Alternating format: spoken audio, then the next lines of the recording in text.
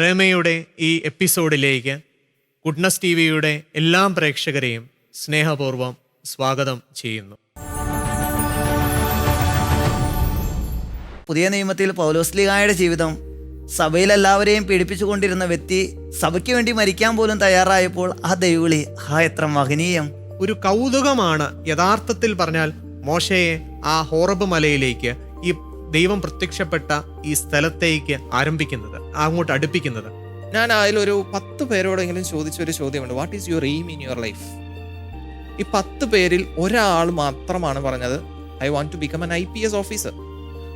അവൻ പറഞ്ഞു, അച്ഛൻ്റെ ഈ വിളി 1 മണിക്കൂറും കൂടെ വൈകിയിരുന്നെങ്കിൽ ഞാൻ ഈ ലോകത്തിൽ ഉണ്ടാകത്തില്ലായിരുന്നു.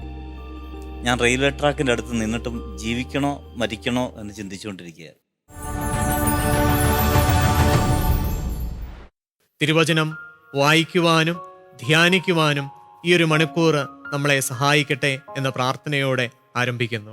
ഞാൻ deacon Justin കപ്പലുമാക്കൽ, cent Joseph പ്രൊവിൻസിൻ്റെ Kottayam provincial ഹൗസിൽ ഇപ്പോൾ ഡീക്കൻ മിനിസ്ട്രി ചെയ്തു വരുന്നു. നമുക്ക് കൂടെയുള്ള മറ്റ് വൈദികരെയും കൂടി ഒന്ന് പരിചയപ്പെടാം. എൻ്റെ വലതുവശത്തായിട്ട് ഇപ്പോൾ ഇരിക്കുന്നത് father Joseph Onattu, saint Joseph പ്രൊവിൻസിൻ്റെ എളന്തൂരിലുള്ള ഡീപോൾ കെയർ ഹോമിൽ ഇപ്പോൾ സുപ്പീരിയറും ഡയറക്ടറുമായി അച്ഛൻ സേവനം ചെയ്തു വരുന്നു. അടുത്തതായി ഫാദർ ജോസ് തയ്യിൽ, മേരിമാത പ്രൊവിൻസിൻ്റെ കാസർഗോഡുള്ള വിൻസെൻഷ്യൻ മൈനർ സെമിനാരിയിൽ വൈസ് റെക്ടറായി അച്ഛൻ സേവനമനുഷ്ഠിക്കുന്നു. അടുത്തതായി ഫാദർ ജിസ്മോൻ മാടശ്ശേരിയിൽ മുന്നൂർപ്പള്ളിയിലുള്ള വിൻസെൻഷ്യൻ ആശ്രമത്തിൽ സേവനമനുഷ്ഠിക്കുകയും അതോടൊപ്പം തന്നെ വൊക്കേഷൻ പ്രൊമോട്ടറായി അദ്ദേഹം സേവനമനുഷ്ഠിക്കുകയും ചെയ്യുന്നു. സ്നേഹം നിറഞ്ഞ റേമയുടെ പ്രേക്ഷകരെ, ഇന്ന് നമ്മൾ വചന വിചിന്തനത്തിനായിട്ട് തിരഞ്ഞെടുത്തിരിക്കുന്ന വചനഭാഗം മത്തായിയുടെ സുവിശേഷം 9-ാം അധ്യായം 36 മുതലുള്ള തിരുവചനങ്ങളാണ്. നമുക്കതൊന്ന് വായിച്ച് കേൾക്കാം. ജനക്കൂട്ടത്തെ കണ്ടപ്പോൾ യേശുവിന് അവരുടെ മേൽ അനുകമ്പ തോന്നി.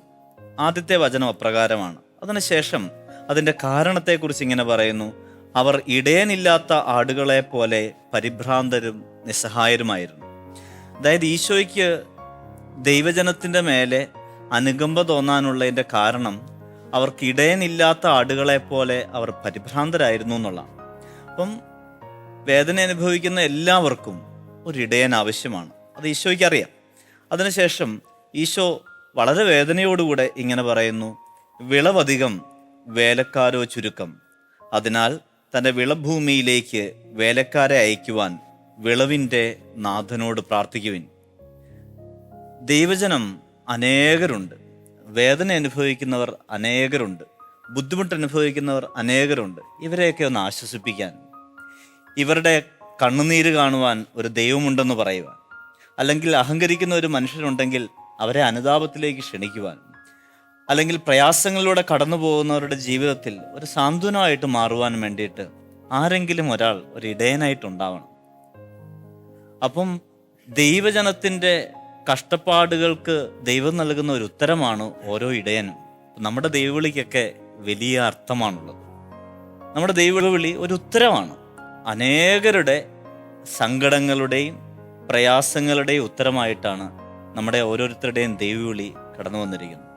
നമ്മുടെ ജീവിതം പൂർത്തിയാകുമ്പോഴേ നമുക്കൊന്ന് പിന്നിലോട്ട് ചിന്തിച്ചു കഴിഞ്ഞാൽ മാത്രമേ നമുക്കറിയത്തുള്ളൂ എത്ര പേർക്ക് നമുക്ക് ആശ്വാസം നൽകുവാൻ സാധിച്ചുവെന്ന്. ഇത് നമുക്ക് പുറപ്പാടിൻ്റെ പുസ്തകത്തിലും കാണാവുന്ന ഒരു വചനഭാഗമുണ്ട്. ഈജിപ്തിൽ ഫറവോയുടെ അടിമത്തത്തിൽ കഴിയുന്ന ദൈവജനത്തിൻ്റെ കഷ്ടപ്പാടുകൾ കണ്ടു. ദൈവം അവരുടെ കഷ്ടപ്പാടുകൾ കണ്ടു, അവരുടെ ദീനരോധനം കേട്ടു. എന്നിട്ട് മോശയെ വിളിച്ചിട്ട് പറയുന്നു: അവരുടെ കഷ്ടപ്പാടുകൾ ഞാൻ കണ്ടു, അവരുടെ ദീനരോധനം ഞാൻ കേട്ടു, അവരെ അടിമത്തത്തിൽ നിന്ന് രക്ഷിക്കുവാൻ വേണ്ടി ഞാൻ നിന്നെ നിയോഗിച്ചിരിക്കുന്നു. അപ്പം ജിസ്മോനച്ച, ജോസച്ച, ഡീക്കൻ, നമ്മളെയൊക്കെ ഒരു വലിയൊരു ദൈവജനത്തിൻ്റെ കഷ്ടപ്പാടുകൾക്കുള്ള, കരച്ചിലുകൾക്കുള്ള, കണ്ണുനീരുകൾക്കുള്ള ഉത്തരമായിട്ടാണ് ദൈവം നമ്മളെ വിളിച്ചിരിക്കുന്നത്. അപ്പം നമ്മുടെ ദൈവവിളിയുടെ വലിയ അർത്ഥമാണ് അനേകരുടെ കണ്ണുനീർ തുടയ്ക്കുക, അവർക്കൊരു സാന്ത്വനമാവുക, ആശ്വാസമാവുക. ഒരു വലിയ ദൈവിക പദ്ധതിയാണ്. നമ്മൾ ദൈവവിളിയെക്കുറിച്ചൊക്കെ ചിന്തിക്കുമ്പം നമ്മുടെ മനസ്സിലേക്ക് വരേണ്ട ഒരു വചനഭാഗമാണല്ലോ ജെറേമിയ പ്രവാചകന്റെ പുസ്തകം 29-ാം അധ്യായം 11-ാം തിരുവചനം. എനിക്ക് നിന്നെക്കുറിച്ചൊരു പദ്ധതിയുണ്ട്, അത് നിന്റെ നാശത്തിനല്ല ക്ഷേമത്തിനുള്ള പദ്ധതിയാണ്. നമ്മെക്കുറിച്ചെല്ലാം ദൈവത്തിനൊരു പദ്ധതിയുണ്ട്. ആ പദ്ധതി എനിക്ക് തോന്നുന്നു അച്ഛൻ ഓണാട്ടച്ഛൻ ഇപ്പൊ പറഞ്ഞതുപോലെ ഏതോ ഒരു ജനത എവിടെയോ കരനപേക്ഷിക്കുന്നുണ്ട് ദൈവത്തോട്. ദൈവം അവരുടെ കരച്ചിലിന് മറുപടി കൊടുക്കുന്നത് നമ്മിലൂടെയാണ്, നമ്മുടെ ദൈവവിളിയിലൂടെ. നമ്മിൽ നിന്നും അച്ഛൻ ഇപ്പോൾ വായിച്ച വചനഭാഗം ഉണ്ടല്ലോ, നമ്മൾ ഇന്ന് ചിന്തിക്കുന്ന സുവിശേഷ ഭാഗം, വിശുദ്ധ മത്തായിയുടെ സുവിശേഷം 9-ാം അധ്യായം 35 മുതലാണ് അച്ഛൻ വായിച്ചത്.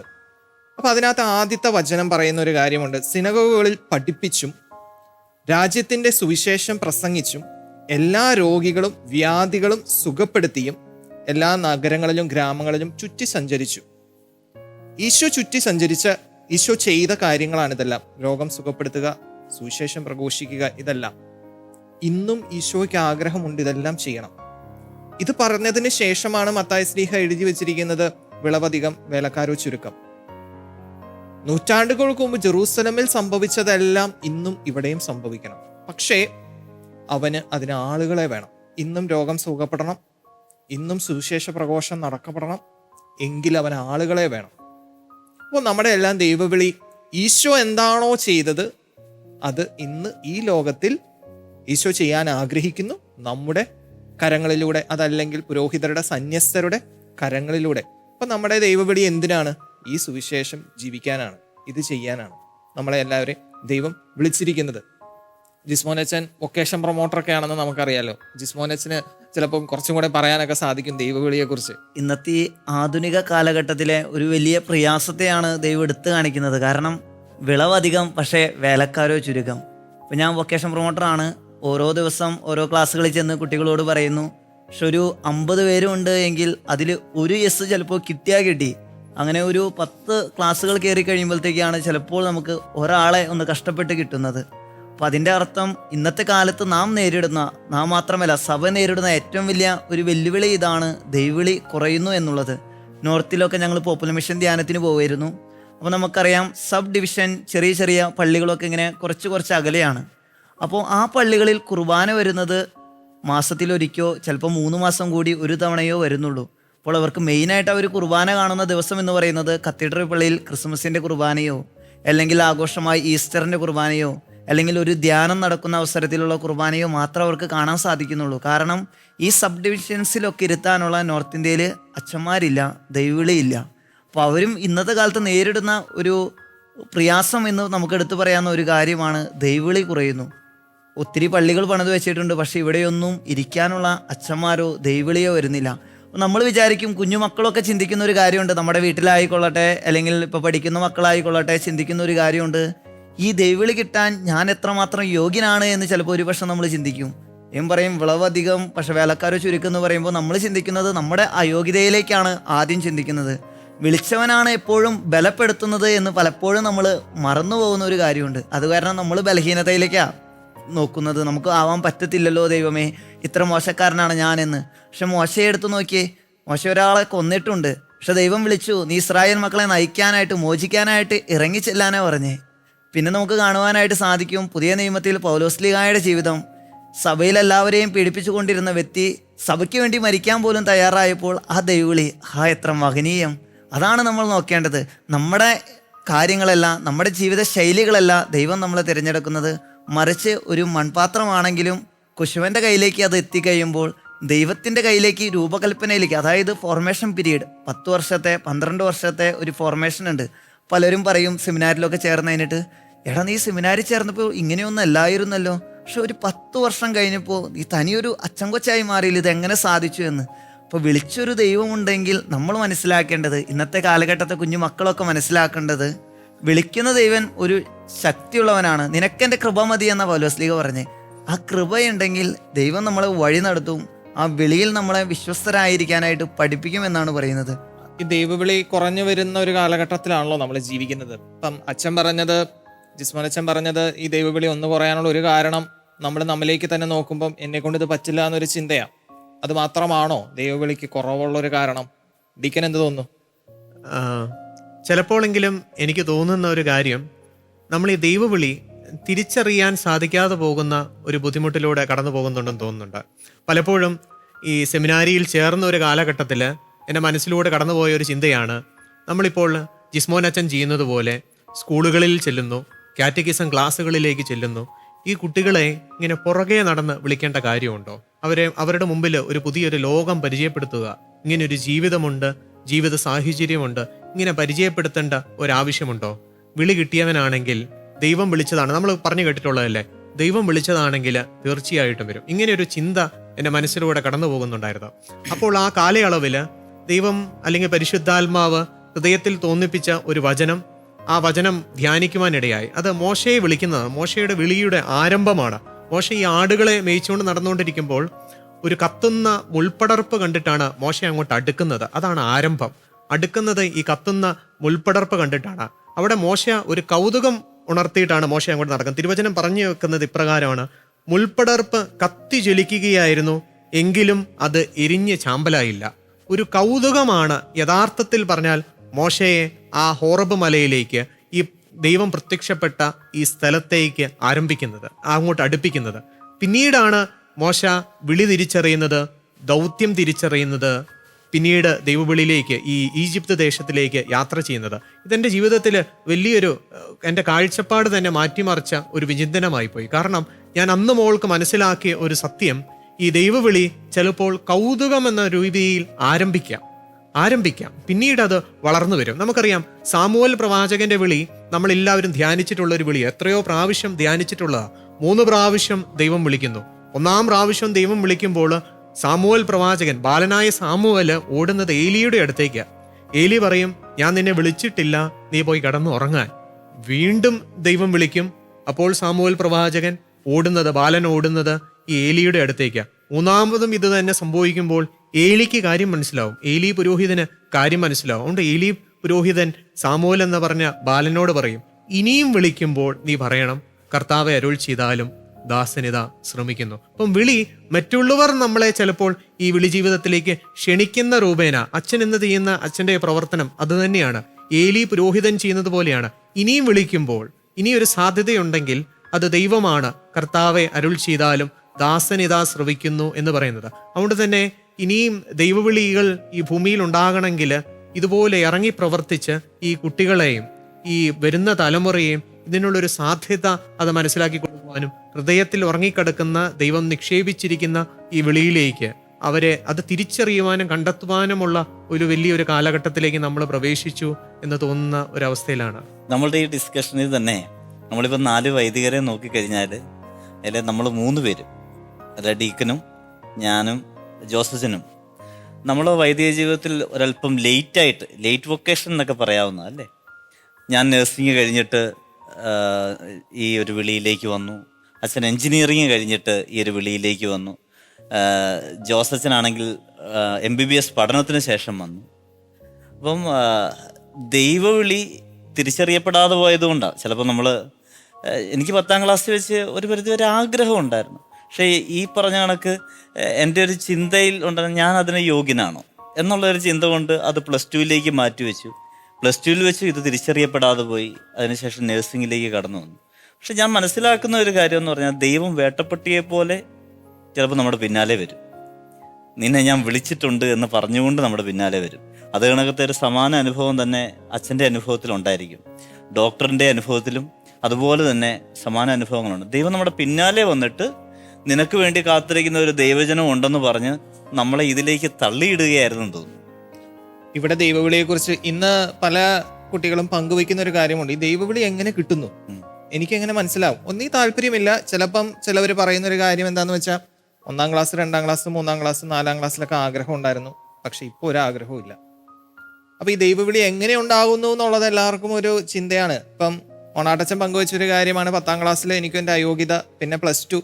പക്ഷെ ഇവിടെയൊക്കെ ഒരു കാര്യം മനസ്സിലാക്കണം, ദൈവം ആഗ്രഹിക്കും, ദൈവം വിളിക്കും. ഇപ്പം എൻ്റെ കാര്യമാണെങ്കിലും എൻ്റെ ആഗ്രഹം ഡോക്ടറാവണം തന്നെയായിരുന്നു. പിന്നീട് കടന്നുകൂടിയ ഒരു ചിന്തയാണെന്ന് അച്ഛനായാലോ. പക്ഷേ അപ്പോഴും എൻ്റെ ചിന്ത പോയത് എങ്ങനെയാണ്, ഡോക്ടറായിട്ട് അച്ഛനാവാം. നമ്മൾ ഈ ഡോക്ടർ ആകുന്ന വേളയിൽ, അല്ലെങ്കിൽ എഞ്ചിനീയർ ആവുന്ന വേളയിലും നേഴ്സ് ആകുന്ന വേളയിലും നമുക്ക് പല പ്രലോഭനങ്ങളും ഉണ്ടാകാം. പല രീതിയിലും നമ്മുടെ സാഹചര്യങ്ങളൊക്കെ മാറിപ്പോയിന്ന് വരാം.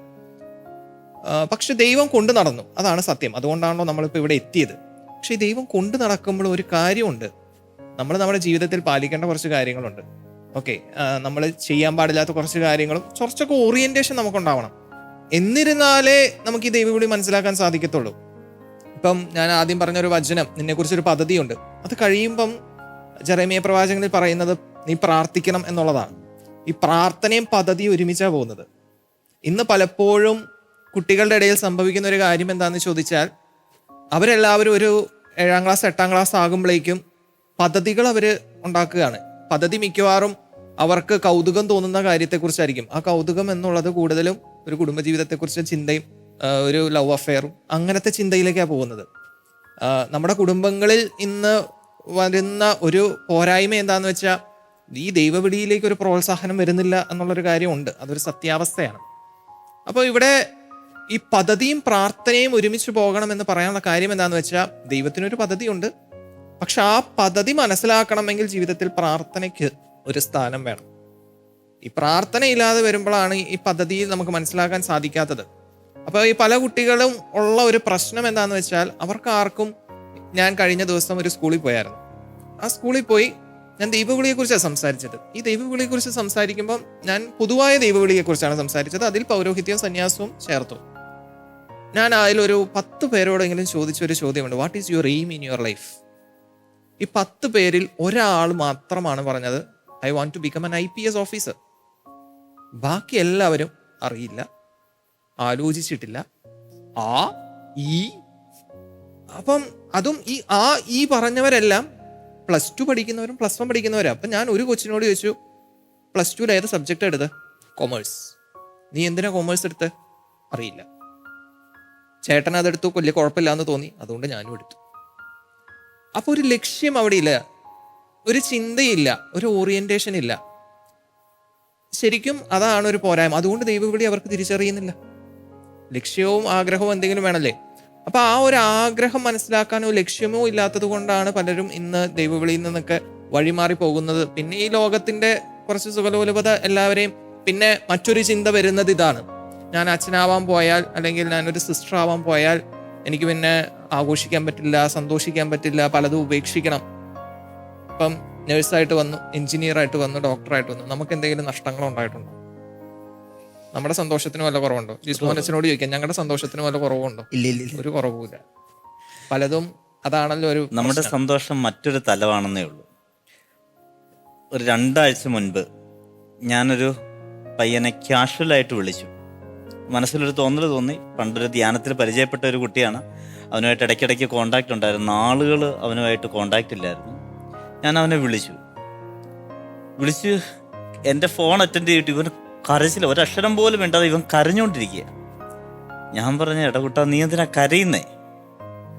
അപ്പം അവൻ പറഞ്ഞു, അച്ഛൻ്റെ ഈ വിളി 1 മണിക്കൂറും കൂടെ വൈകിയിരുന്നെങ്കിൽ ഞാൻ ഈ ലോകത്തിൽ ഉണ്ടാകത്തില്ലായിരുന്നു. ഞാൻ റെയിൽവേ ട്രാക്കിൻ്റെ അടുത്ത് നിന്നിട്ടും ജീവിക്കണോ മരിക്കണോ എന്ന് ചിന്തിച്ചുകൊണ്ടിരിക്കുകയായിരുന്നു. വേറൊരു ധ്യാനത്തിന് ചെന്ന് കഴിഞ്ഞപ്പം, ഞാൻ പോപ്പുലർ മിഷൻ ധ്യാനത്തിനാണ് പോയത്. അതിന് തൊട്ട് മുമ്പ് അവിടുത്തെ വാർഷിക ധ്യാനം നയിച്ചത് ഞാനായിരുന്നു. അപ്പോൾ 2 പേര് വന്ന് കണ്ടു, ഒരു ചേട്ടനും ചേച്ചിയും കൂടെ വന്നിട്ടുണ്ടായിരുന്നു. അച്ഛൻ കർത്താവായ യേശുവിൽ വിശ്വസിക്കുക, നീ നിൻ്റെ കുടുംബവും രക്ഷ പ്രാപിക്കും എന്ന് പറഞ്ഞ് ഞങ്ങളെ അന്ന് ഉപദേശിച്ച് വിട്ടത് അച്ഛന് ഓർമ്മയുണ്ടോ? ഞാൻ പറഞ്ഞു, എനിക്ക് നിങ്ങളെ കണ്ട പരിചയമുണ്ട്, വലിയ ഓർമ്മയില്ല. പക്ഷെ ആ ഒരു വചനം ഞങ്ങൾ ആവർത്തിച്ച നാൾ മുതൽ ഞങ്ങളുടെ കുടുംബത്തിൽ നഷ്ടപ്പെട്ടു പോയ സന്തോഷവും ഐശ്വര്യവും എല്ലാം വന്നു. ഞങ്ങൾ ഡൈവേഴ്സ് ചെയ്യാനിരിക്കുമായിരുന്നു, അതിനു വേണ്ടിയിട്ടായിരുന്നു അച്ഛൻ്റെ അടുത്ത് വന്നു. അപ്പോൾ ഇവരുടെ സങ്കടങ്ങളിൽ നമ്മൾ എന്തെങ്കിലും ആയിത്തീർന്നു. അതാണ് നമ്മുടെ സന്തോഷം എന്ന് പറയുന്നത്. അതാണ് നമ്മുടെ ദൈവവിളിയുടെ യഥാർത്ഥ രഹസ്യം. ദൈവത്തിനും ദൈവജനത്തിനും ഇടയിൽ ഒരു ബ്രിഡ്ജ് തീർക്കുക എന്നുള്ളതാണ്. പുരോഹിതൻ എന്നുള്ള വാക്കിൻ്റെ അർത്ഥം തന്നെ അത് തന്നെ, പാലം തീർക്കുന്നത്. ഈ ജോയൽ പ്രവചനത്തിലും ഇതുപോലെ തന്നെ ഒരു വചനം പറയുന്നുണ്ട്, കർത്താവിൻ്റെ ശുശ്രൂഷകരായ പുരോഹിതന്മാർ പൂമുഖത്തിനും ബലിപീഠത്തിനും മധ്യേ നിന്ന് കരഞ്ഞുകൊണ്ട് പ്രാർത്ഥിക്കട്ടെ.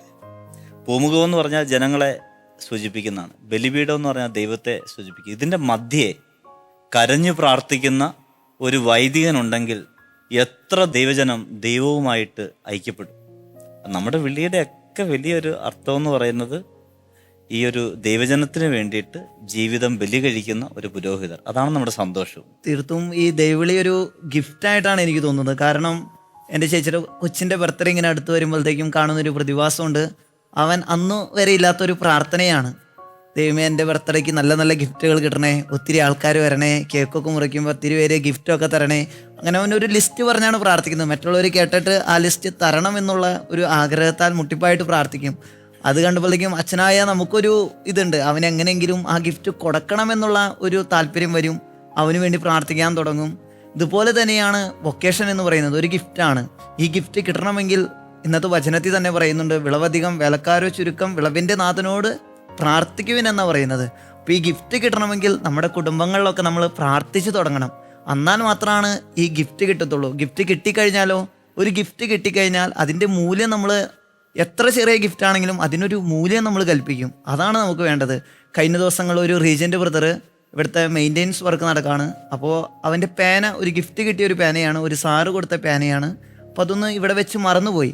വളരെ കഷ്ടപ്പെട്ട് ഇവിടം വരെ ചുമന്ന് കൊണ്ടുവന്നൊക്കെ പറയാം. അതായത് ഒരു പോറൽ പോലും ഏൽപ്പിക്കാണ്ട് ഇവിടെ കൊണ്ടുവന്ന് വെച്ചു. പക്ഷെ അവൻ എടുത്തുകൊണ്ട് പോകാനായിട്ട് മറന്നുപോയി. അപ്പോൾ ഈ മെയിൻ്റെനൻസ് വർക്കിൻ്റെ ഉള്ളിലും അത് കണ്ടുപിടിക്കാനുള്ള ഒരു ത്വര, അത് കണ്ടുപിടിക്കാനുള്ള ഒരു ഇൻട്രസ്റ്റ്, അത് ചോദിച്ചപ്പോഴാണ് പറയുന്നത് ഇങ്ങനെ ഒരു ഗിഫ്റ്റ് കിട്ടി, അതെനിക്ക് മറക്കാൻ സാധിക്കാത്ത ഒരു ഗിഫ്റ്റാണ്. അപ്പോൾ ഈ ദൈവവിളി എന്ന് പറയുന്നത് അത്രയും തന്നെ ഇമ്പോർട്ടൻ്റ് ആയിട്ടുള്ള ഒരു ഗിഫ്റ്റാണ്. നമ്മൾ ഓരോ ദിവസവും പ്രാർത്ഥിച്ച് നേടേണ്ട ഒരു ഗിഫ്റ്റാണ്. അപ്പോൾ നമ്മൾ എന്താണ് ചെയ്യേണ്ടത്? ഓരോ ദിവസവും നമ്മുടെ കുടുംബത്തിൽ, ഇടവകയിൽ, നമ്മുടെ സമൂഹത്തിൽ, നാം ആയിരിക്കുന്നിടത്ത് ഈ ദൈവവിളിക്ക് വേണ്ടി പ്രാർത്ഥിക്കാനായിട്ട് നമ്മൾ പഠിക്കണം, അതിനുവേണ്ടി ശ്രമിക്കണം. അപ്പോഴാണ് നമ്മുടെ ജീവിതത്തിൽ ഒരു മാറ്റം ഉണ്ടാവുന്നത്, സഭയിലൊരു ദൈവവിളി ഉണ്ടാവുന്നത്, ഒത്തിരിയേറെ അച്ഛന്മാർ കടന്നു വരുന്നത്, ഒത്തിരിയേറെ സന്യാസിനി സമൂഹങ്ങൾ മുന്നോട്ട് കടന്നു വരുന്നത് ഈ പ്രാർത്ഥനയുടെ ഫലമായിട്ടാണ്. ഗിഫ്റ്റ് എന്ന് പറയുമ്പോൾ തന്നെ മറ്റൊരു തലം കൂടി നമ്മൾ പറയേണ്ടത്, ദൈവവിളി ഒരു മിസ്റ്ററിയാണ്, രഹസ്യമാണ്. നമുക്കറിയില്ല എന്നെ എന്തുകൊണ്ട് വിളിച്ചു, അച്ഛനെ എന്തുകൊണ്ട് വിളിച്ചു, ഡീക്കനെ എന്തുകൊണ്ട് വിളിച്ചു എന്നൊന്നും നമുക്കറിയില്ല. ഞാൻ സെമിനാരി പോയപ്പം എൻ്റെ ചേട്ടൻ എൻ്റെ അമ്മയെ ആശ്വസിപ്പിച്ചത്, അമ്മ പേടിക്കണ്ട, 3 മാസം കൊണ്ട് അവൻ്റെ സ്വഭാവത്തിന് അവൻ തിരിച്ചു വരും. പക്ഷെ ഇന്നിപ്പോൾ ഞാൻ അച്ഛനാണ്. അപ്പോൾ എങ്ങനെ ഞാൻ അച്ഛനായെന്ന് ചോദിച്ചാൽ ദൈവം കൊണ്ട് നടക്കുന്ന, ഇറ്റ് ഈസ് എ മിസ്റ്ററി. പക്ഷെ നമ്മുടെ കുടുംബങ്ങളിൽ ഇതിനൊരു പ്രോത്സാഹനം ഉണ്ടാവണം. ഇന്ന് പല മാതാപിതാക്കളും ദൈവവിളി നിരുത്സാഹപ്പെടുത്തുന്നതിന് പല കാരണങ്ങളും ഉണ്ടാവാം. അതിൽ ഒരു കാരണം മനസ്സിലാകുന്നത്, അച്ഛനാവാൻ പോയി, സിസ്റ്റർ ആവാൻ പോയെങ്കിൽ അവർ കുടുംബത്തിൽ നിന്ന് പോകുന്നു, അവർക്ക് അവരെ നഷ്ടപ്പെടുന്ന ഒരു ചിന്തയുണ്ട്. പക്ഷെ ഇതേ മാതാപിതാക്കൾക്ക് മക്കളെ ജർമ്മനിയിൽ വിടാനോ അമേരിക്കയിൽ വിടാനോ യാതൊരു സങ്കടവുമില്ല. അപ്പൊ അവിടെ നമ്മളൊന്ന് ചിന്തിക്കണം. പക്ഷെ ഇന്ന് ഈ അച്ഛന്മാരുടെയും സിസ്റ്റേഴ്സിന്റെയും മാതാപിതാക്കൾ പറയുന്ന ഒരു കാര്യമുണ്ട്, ഇപ്പൊ എന്നെ നോക്കാൻ ഈ അച്ഛനും കന്യാസ്ത്രീയേ ഉള്ളൂ, ബാക്കി മക്കളൊക്കെ അമേരിക്കയിലും ജർമ്മനിയിലും ഒക്കെയാണ്. അപ്പൊ പ്രിയ മാതാപിതാക്കളെ, നിങ്ങളുടെ മക്കളെ നിങ്ങൾ ഒരു പുരോഹിതനാകാനോ ഒരു സന്യാസിയാകാനോ വിടുമ്പോൾ ഓർക്കുക, അവര് ഈ ലോകത്തിന് വേണ്ടി, നിങ്ങൾക്ക് വേണ്ടി കർത്താവിൻ്റെ അൾത്താരയിൽ മുട്ടുമേ നിന്ന് കൈവിരിച്ച് പ്രാർത്ഥിക്കാൻ ഒരു വ്യക്തിയുണ്ട്, ഒരു പുരോഹിതനുണ്ട്, ഒരു സന്യാസിയുണ്ട്. അത് വലിയൊരു അനുഗ്രഹമാണ്. നിങ്ങൾക്കൊരിക്കലും അവരെ നഷ്ടപ്പെടില്ല, നിങ്ങളുടെ കുടുംബത്തിന് ഒരു നേട്ടമാണ്. അതുകൊണ്ട് ദൈവവിളികൾ പ്രോത്സാഹിപ്പിക്കുക, ദൈവവിളി ഒരിക്കലും നിരുത്സാഹപ്പെടുത്തരുത്. നിങ്ങളുടെ മകനോ മകളോ ഒന്ന് പറയുകയാണ്, എനിക്കൊന്ന് അച്ഛനാവാൻ ആഗ്രഹം തോന്നി, എനിക്കൊരു സിസ്റ്റർ ആവണമെന്ന് ആഗ്രഹം തോന്നി. ആദ്യമേ നിങ്ങൾ പറയുന്നത് അതായിരിക്കും, ഓ അത് വേണ്ട. ചിലപ്പോൾ നിങ്ങൾ ചില അച്ഛന്മാരുടെ ജീവിതം കണ്ട് അത് മോശമായൊരു ജീവിതമായിരിക്കാം, ഒരു സിസ്റ്ററിന്റെ ജീവിതം കണ്ട് അതൊരു മോശമായ ജീവിതമായിരിക്കാം, അതുകൊണ്ട് നീ അതിലേക്ക് പോകണ്ട എന്നായിരിക്കും പലപ്പോഴും നിങ്ങൾ പറയുന്നത്. അതിന് പകരം നിങ്ങൾക്കൊന്ന് പറഞ്ഞുകൂടെ, എടാ നീ ഒരു നല്ല അച്ഛനായി ജീവിച്ച് കാണിക്കണം, നീ നല്ലൊരു സിസ്റ്ററായി ഒന്ന് ജീവിച്ച് കാണിക്കണം. അതിനുവേണ്ടി നിങ്ങളൊന്ന് പ്രാർത്ഥിച്ചാൽ ഈ ദൈവവിളി മനോഹരമായി വളർത്തപ്പെടും. കുടുംബത്തിന് അനുഗ്രഹമാവും, സമൂഹത്തിന് അനുഗ്രഹമാവും, ലോകത്തിന് അനുഗ്രഹമാവും, സഭയ്ക്ക് അനുഗ്രഹമാവും. ഇന്ന് ക്രിസ്തുവിന്റെ കരങ്ങളില്ല, അതിന് പുരോഹിതർ വേണം, സന്യസ്തർ വേണം. ക്രിസ്തുവിന്റെ കാലുകളില്ല, അതിന് പുരോഹിതരുടെ കാലുകൾ വേണം, സന്യസ്തരുടെ കാലുകൾ വേണം. ക്രിസ്തുവിന്റെ ഹൃദയം പോലെയുള്ള പുരോഹിതരുടെ ഹൃദയം വേണം, സന്യസ്തരുടെ ഹൃദയം വേണം. അതുകൊണ്ട് ഞങ്ങൾ യുവവൈദികർ പ്രാർത്ഥിക്കുന്നു, നിങ്ങളുടെ എല്ലാ കുടുംബങ്ങളിൽ നിന്നും ഒരു ദൈവവിളി ഉണ്ടാകട്ടെ. അതുകൊണ്ട് നല്ല ദൈവവിളിക്ക് വേണ്ടി, സഭയ്ക്ക് വേണ്ടി നിങ്ങൾ പ്രാർത്ഥിക്കണം. റേമയുടെ പുതിയ എപ്പിസോഡിൽ നമ്മൾ വീണ്ടും കാണുന്നത് വരെ ഈ ഒരാഴ്ചക്കാലം ഞാൻ നിങ്ങളോട് പറയുന്നു, ദൈവവിളിക്ക് വേണ്ടി പ്രാർത്ഥിക്കുക. എല്ലാ പുരോഹിതർക്കും സന്യസ്തർക്കും വേണ്ടി പ്രാർത്ഥിക്കുക. ഈശോ എല്ലാവരെയും അനുഗ്രഹിക്കട്ടെ. നമുക്ക് ചെറിയൊരു ഗാനം പാടി നമുക്ക് ഈ എപ്പിസോഡ് അവസാനിപ്പിക്കാം. വിളിച്ചെന്നെ അനുഗ്രഹിച്ചു, തൻ്റെ വരങ്ങളാൽ എന്നെ നിറച്ചു. വിളിച്ചതു നാഥനല്ലോ, തൻ്റെ വിളിയൊരു ദാനമല്ലോ. സഹസ്രങ്ങൾക്കിടയിൽ നിന്നും സഹചരിൽ നിന്നുമെന്നെ,